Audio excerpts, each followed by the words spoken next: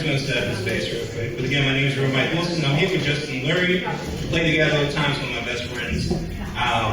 Upright basses and shit like that. I'm going to be doing a little bit of poetry, a little bit of rap, a little bit of spoken word. We're just going to be doing shit. We're going to read some stories and shit. Right? We just doing shit. Shout out to Christopher inviting me to be a part of the Strauss House. He hit me up and he was like, yo, do all the shit you do. So I didn't really have a choice. But yeah, I'm excited to rock with you guys. So yeah, about to get into it.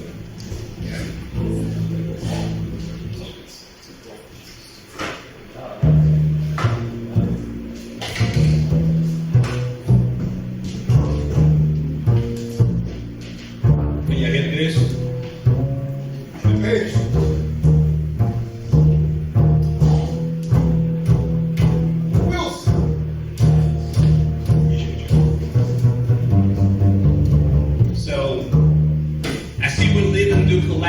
Still I laugh because I'm next to be a part of this system, so I'm forced to max. Grabbing cash off my hobbies, hustling. Got homies who plus working in hospitality or transplants with no conscience. Let's be honest, they all want us to be slaves while they profit. Generate these very lines from a prompt on ChatGPT. Description reads, angry working class POC. Or POS, whatever fits. I bet the problem, I don't give a fuck, no offense. This dark flesh is going deep roots, so I stand tall. Some of my homies still poor, some homies wool, both grabbing Henny the poor. And I want to see everybody eating. Housing safe homes, not so expensive that you need loans. Like, housing is a right, full stop, right? Like, people over property, fuck cops, right? White the inside, no inviting. Leftists overwhelmed by state balance. Armchair conversations won't spark a revolution. Grab your tools, collaborate, find solutions. We don't have to agree on Marxist philosophy to be a force to be reckoned with. Well, at least not to me. And I'm sorry, but you won't hear an apology when the 1% get cooked. Because you gotta eat. Thank you. Hey.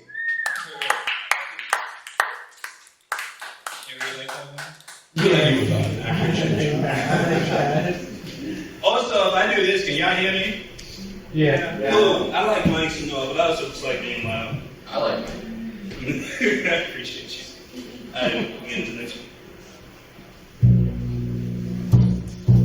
This is a short poem called Doom Poeming. I did it while I was doom scrolling, so I said I might as well poem about it.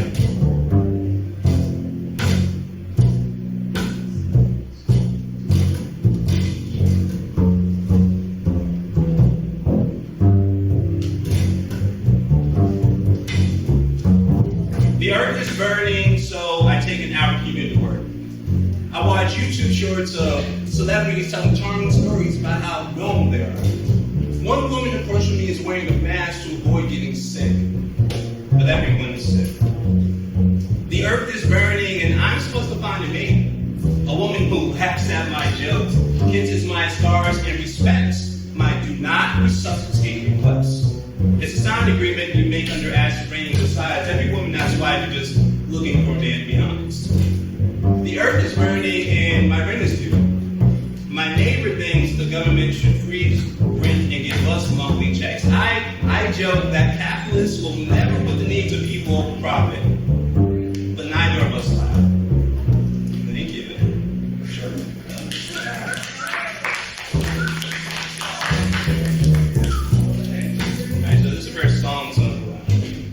I rap sometimes. Yo, I've been coughing, trying to practice this shit. I'm not gonna cope with it, I promise. But if I like mess up, just pretend like it's part of the show. It's called Edge.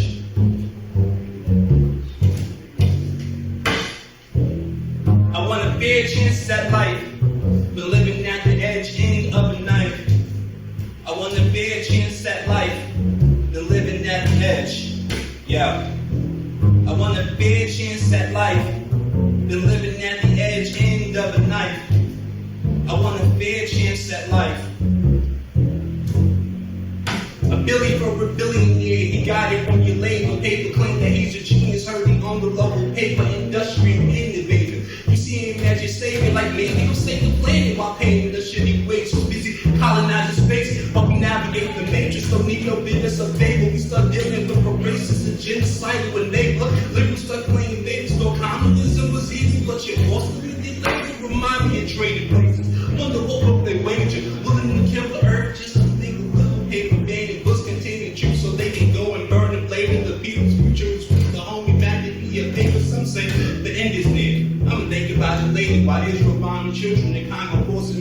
paid when our tax excuse for the Congress while teachers great traders and now they wanna blame it on migrants that keep in cages. Yo, I want a fair chance at life. Been living at the edge, end of the knife. I want a fair chance at life.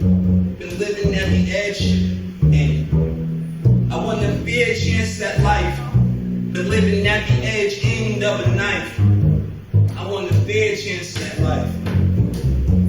So, I wrote a song about a brother who was scraping by on benefits before I had my corporate sentiments. I wrote those sentences, really got me thinking. See, socialism for 1%, the rest of us fighting tooth and nail just to coexist. A 9 to 5 jive plus the hustle culture, twist your wrist. Dreams of getting rich, commodified, that which brings you bliss. Ain't enough hours in the day, that's what you say. Stolen anything that brings you joy, focus on getting paid. Not the pressure from the brand, from the what could be the reason. Got to quickly look at vacate the king before the four season. Airbnb will have to do. And the home that no one's sleeping, swiping credit, you report it because your bank account completed. Now you back in yours. What's it that y'all like family? Hand you a stack of papers and tell you to catch up candidly. You read them through them manually, working to pay your bills, wondering when you'll revive you through that. It can't be real, that's it.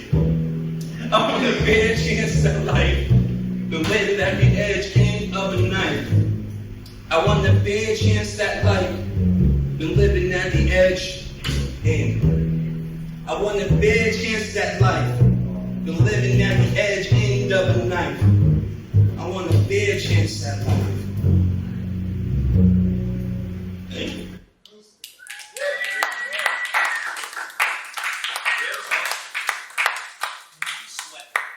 Right, armpits, foreheads, crazy. I don't know what it is. That shit was a workout. Like, It's good. I appreciate you. It's I good. do, and I'm like, that's fine. All right.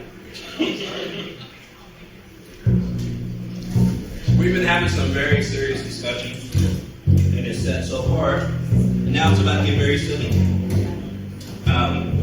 Like I said, I'm also going to be sharing some of my writing today. I guess it's kind of silly. So this is called A Dying Wish. Premise: so celestial beings come to Earth. It's like y'all all dead, but right side, you get a single wish to live out some sort of bizarre fantasy, however you please. And I'm into like D&D and shit like that, like real fantasy, silly shit. And I was like, it'd just be funny if I just write something of the sort. So I'm gonna make y'all listen to it.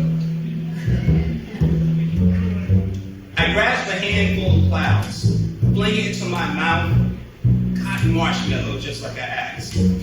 Is there anything else? They morphed me into a 50-foot tall wizard with a trailing salt and pepper beard. What else would I need for the perfect last day? I have all this magic and no one to use it against, I say. How about an evil emperor with a dragon 4 times my size and an army of 12,000 soldiers and give me a motley crew of powerful warriors, like a mech suit that's sentient but like terribly sarcastic? They nod. And a flash of great war wages on, fitting for a Make-A-Wish Armageddon. I yell, heaven's hell. Thousands of ice suits form the empty space above my enemy and strike thousands of the soldiers. But the forces of evil are powerful. They unleash their great dragon. My motley crew are ravaged by the overwhelming assault. Melts yells, so much for sentience as he kills over and dies. I need to end this battle before they conquer the world, I say to myself, stroking my emperor beard. I raise my staff like that Egyptian from the popular Judas folklore. Instead of the sea, I part the sky. Holy-ish light beam, I shout. A beam of light shoots down from the heavens and vanquishes the dragon, and the remaining survivors armed with a blinding holy-ish light. Just the emperor remains. You cannot win here, Walter. I say to Walter, the emperor. I decided to give him a non-threatening name. No, what's his name? It was nice. That's Emperor Walter, just you, wizard, he replies. Walter and I volley elements at one another. Fire clash with water, lightning with earth. He tries to throw the moon at me, but my cat-like reflexes makes his attacks futile. I charge my line for my final attack by reciting the first verse of Life's a Bitch by Nas and AZ. Visualizing the realism of life and actuality. Fuck who's the baddest, the first status, the potential salary. Because why not? Once fully charged, I start my superhero winning speech. Walter, your time is up. now and I will spare your life. Refuse and I will erase you from existence.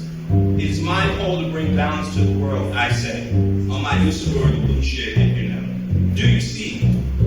Walter Smirks tells me to go to hell. I grimace. Not because I'm disappointed, it makes me look badass. I release a superhero charged bolt. Walter dematerializes in a black and white sequence like they do in anime to save money in the budget. They do a thing or two about dramatic endings. The dust settles. They stare patiently at me. It's time to die. Every story should end with love. I say before we speak. Have you ever known love? They ask. I remember weekend nights with my family. Take out, half-eaten, laughter drowning out a movie we've seen too many times. An orange cat curled up at my feet. Peace and chaos dancing beautifully with my youth, loaning the Mortal Kombat 2 SNES cartridge as a credit roll. Thank you.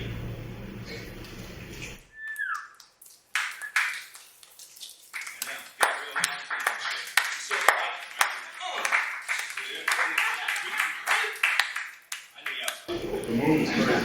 Who was that? The moon was crazy. Yeah, right? The whole moon, I was cool with this one now.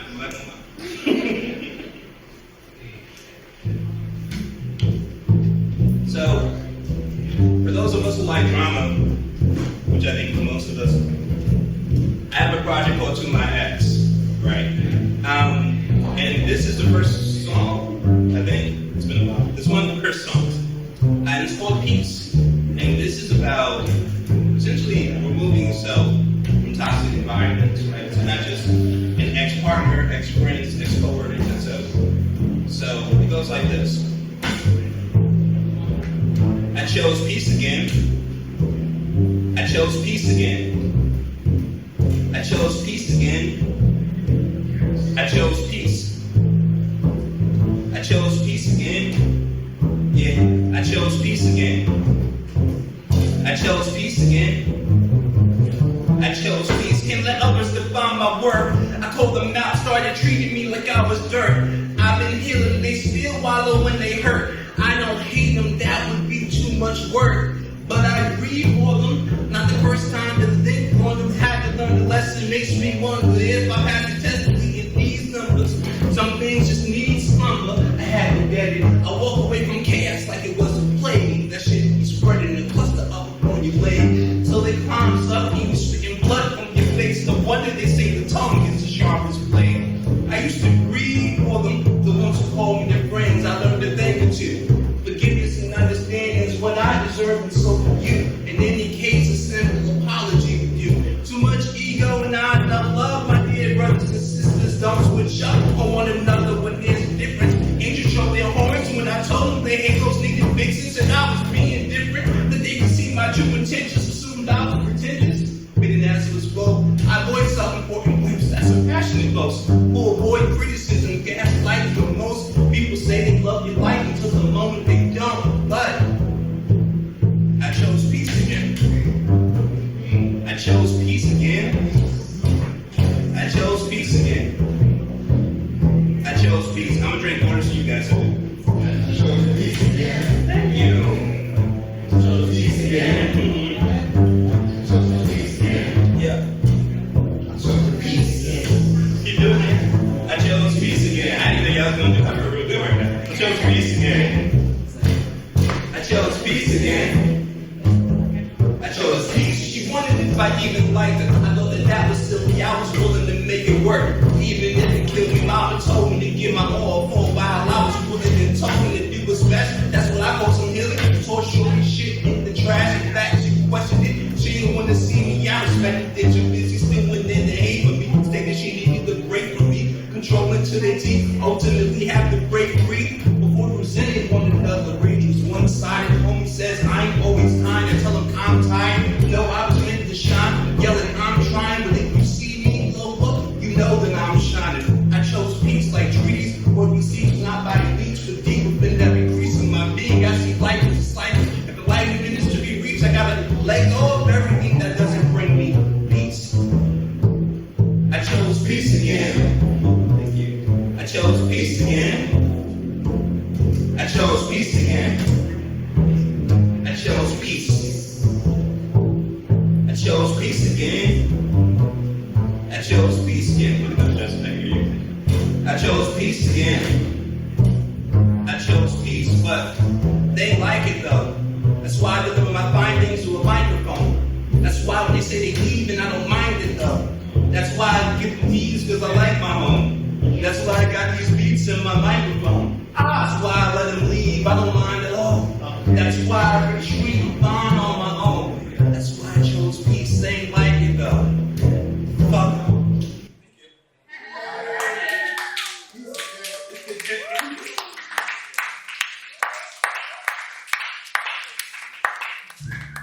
Shout out to you guys for participating. So my last piece here, I have a Substack where I write short stories and shit. I'm gonna read one called The Phone that it's essentially about like calling out transplants and gentrifiers. So I think it'd be really fun to read.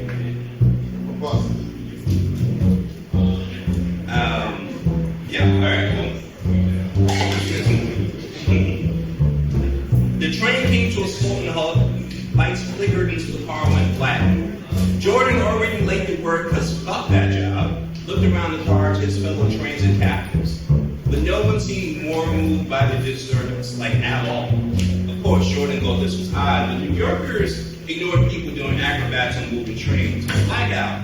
That was too peculiar. One by one, each person pulled out their phone, illuminating the face with the blue light radiating from their device. Jordan's car was moderately empty with plenty of seats for a Monday morning commute, especially for the 7 train that just pulled out of Hunter's Point Avenue. The riders weren't your usual Flushing neighborhood faces. It wasn't the array of transplants that made Queens a multicultural mecca. Nor did they have the New York City mean mug demeanor that stay the fuck away body language. These were young Netflix original faces. People who saw New York strictly as an opportunity, not a home parasites. And they were all staring at Jordan. Shit. Of course, when Jordan was a short-haired blonde woman staring intently at him with a weirdly smile. Jordan would have taken it as a compliment if it weren't for the eerie blue light that seemed designed by her. There was something lustful in her blue hair, not in a sexy way. More like, I'm going to murder you, then eat you kind of way. Not to mention he had on his Monday sweats. Jordan wasn't feeling sexy enough to be someone's literal snack. Jordan thought he might be dreaming. Why else would a bunch of people be staring at him? It was time to wake up. Once you know you're dreaming, you stop dreaming. That's how it works, right? The phone thing is definitely symbolic for what technology is doing to mankind. Jordan made a promise to himself to decrease his screen time by like an hour or whatever. He got the message. He pinched himself. Oh shit. Nothing happened. What if they all attacked him at once? Wouldn't stand a chance. Jordan was pretty sure the guy standing by the door was in the Peloton app. The woman in the far left corner seemed definitely had one of those yoga IG pages. She oozed culture. Jordan was done with the suspense. He scowled at the blonde woman in front of him, swallowed his beer, and said the most New York shit ever. Log off before I make it wrong. Everyone twitched erratically, like a choreographed flash mob seizure. Jordan also seemed screaming with sickness. Hamilton was okay. There wasn't enough Western European representation. Perfect example of reverse racism. Blonde lady said indignantly. She was the conduit of something otherworldly, carrying the voices of a multitude. Somewhere someone was transmitting guttural bullshit back in supremacist ideologies. Broadway plays were already inaccessible in most black and brown communities, but to say a Broadway play that employed black and brown faces to portray roles historically reserved for white bodies was reverse racism. They weren't just trying to kill Jordan, they were trying to destroy him. Jordan did know that the play completely disregarded how the founding parties had done slaves. Ironic for a play highlighting black and brown actors as well as hip-hop culture, but this was hardly the time to be introspective about Lin-Manuel Miranda. Friends was such a groundbreaking show, it revolutionized sitcom. It's so relatable. Easiest and funny show of all time. What? Now Jordan was pissed. He felt his anger building, bubbling to the outrageous flame. Prince had his moment, sure, but it was literally a whitewashed living single. Jordan could think of dozens of funnier shows, Martin, Wayne Brothers, Fresh Prince. It was time to attack him. People like you think avocado is a condiment and ethnic is the type of food Jordan yelled. Everyone glitched. Insult me with your Tuesday taco night trivia. Newsflash, Karen, the only trivia here is why you left the house looking like a Hannah Montana stunt double. Glitch, flicker, groan. Jordan's vicious remarks were reaching whoever they were. It was time for the spirit bomb to come back. Looking like a Star Trek Walking Dead crossover episode, Jordan swept his eyes up and down the park. With your all lives matter looking at, spastic glitches, groans, and flickers. That was just rude, said the multitude in agonizing pain. With a blink, everything returned to normal. When the light shots back on, the unzombified blonde woman noticed the sweat dripping from Jordan's shin and his rhythmic panting. Firstly, Jordan noticed her brunette boots. The Hannah Montana girl was spot on, he said with a tired grin. The dirty blonde woman clutched her purse and walked to the other end of the park. Jordan watched as she passed him. Jordan's eyes met the Peloton guy's eyes. You should have heard what she said. Thank you. Hey.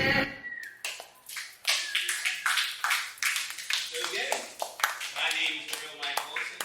Thank you guys for riding out with me. This is Justin Lurie, my guy. If you want to follow me on Instagram, that's at TRNWBK, so Real Mike Wilson, then BK, TRNWBK. Thank you, Chris, again for inviting me. And yeah. Yes, thank you, The Real Mike Wilson.